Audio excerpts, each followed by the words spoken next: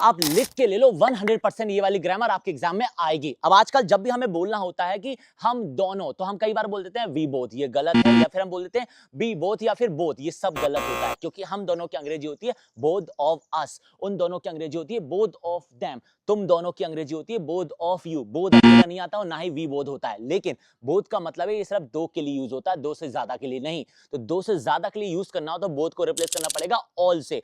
All of you, तुम सब, all of us, हम सब, ऑल ऑफ देम, वो सब। लेकिन बात यह है, चाहे बोथ हो चाहे ऑल हो, ये सिर्फ पॉजिटिव में लगते हैं, नेगेटिव में इनका कोई काम नहीं है। अगर मैं बोलूं हम दोनों में से कोई नहीं, तुम दोनों में से कोई नहीं, उन दोनों में से कोई नहीं, तो यहां बोथ नहीं लगेगा, यहां बोथ को रिप्लेस करेगा नीदर। हम दोनों में से कोई नहीं, नीदर ऑफ अस, तुम दोनों में से कोई नहीं, नीदर ऑफ यू, उन दोनों में से कोई नहीं, नीदर ऑफ देम। लेकिन फिर से वही बात आती है, नीदर तो नेगेटिव में लगता है, लेकिन दो के लिए लगता है, दो से ज्यादा के लिए लगेगा नन। हम चारों में से कोई नहीं, नन ऑफ अस, तुम में से कोई नहीं, नन ऑफ यू, उनमें से कोई नहीं, नन ऑफ देम। तो देखा आपने, बोथ ऑफ अस हम दोनों, नीदर ऑफ अस हम दोनों में से कोई नहीं, ऑल ऑफ यू तुम सब, नन ऑफ यू तुम सब में से कोई नहीं। तो ऐसे यूज होती है ये वाली ग्रामर। अगर आपको एग्जांपल चाहिए तो बस मुझे मैसेज कर दो या कमेंट में लिख दो, sir send me the PDF. मैं सारी पीडीएफ एग्जांपल के साथ और ग्रामर के साथ आपको भेज दूंगा। इससे आपके बोथ, नीदर, ये सब क्लियर हो जाएंगे एक वीडियो से।